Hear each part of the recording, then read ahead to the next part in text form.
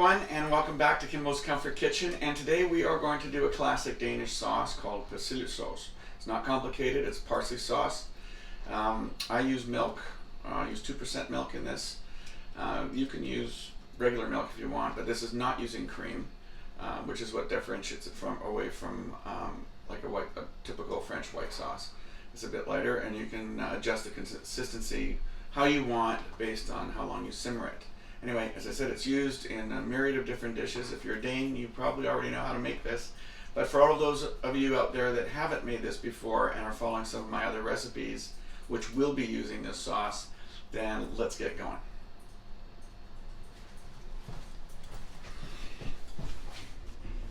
All right, so here's the ingredients for our incredibly complicated Persillesovs, or parsley sauce, that we use on so many different dishes. So I thought I'd make it anyway. For those of you that aren't Danish and that don't know how to make it, and you see it in some of my recipes, this is how it's done. It's pretty darn simple. We got flour, butter, equal parts, parsley, milk, and salt. And we're just basically going to make a white sauce with parsley in it. I know, it's pretty complicated. Alright, so to get going, I know this is very different for a lot of people, but I'm going to put the roux in, or the roux. I'm putting the flour in first, and I'm going to let that heat up and actually cook a little bit, especially when you're doing a really simple sauce. I think it's the way I was taught. It's old school, very old school, like a bazillion years old school. But if you cook the flour out just a little bit, sometimes we used to actually put it in a cone and bake it in an oven. If we were doing like a brown sauce, it's harder to do if you're just trying to do a white sauce. And actually let the crust form on the outside of the flour before we would use it to make the roux. And it, believe it or not, it makes a huge difference. You know, a lot of people say, "Oh, I got this." They had this white sauce of whatever it is, bechamel, whatever. And if I can tell anyway, right away, what the difference is with the flour cooked or not cooked prior. So it doesn't take very long, as you can see. I'm just going to put that in now. And put the butter in. I've got the stove on medium.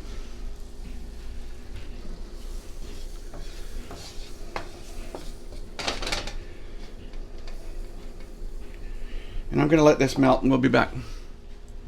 Okay, so this is almost melted out.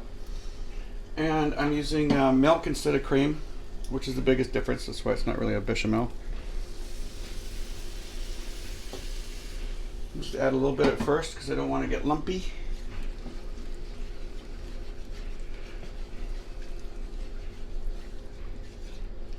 Again, this is not a French technique. This is totally Danish. So for all of you aficionados out there that are losing their minds, this is how we do it.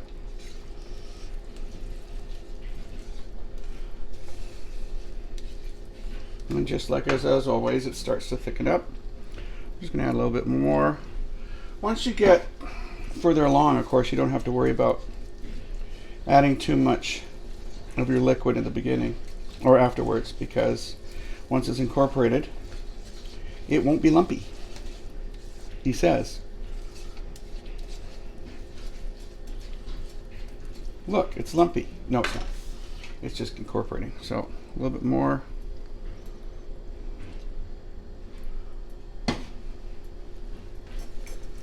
And I won't bore you with all the details. I'm just going to keep adding the milk, and you'll see what happens next.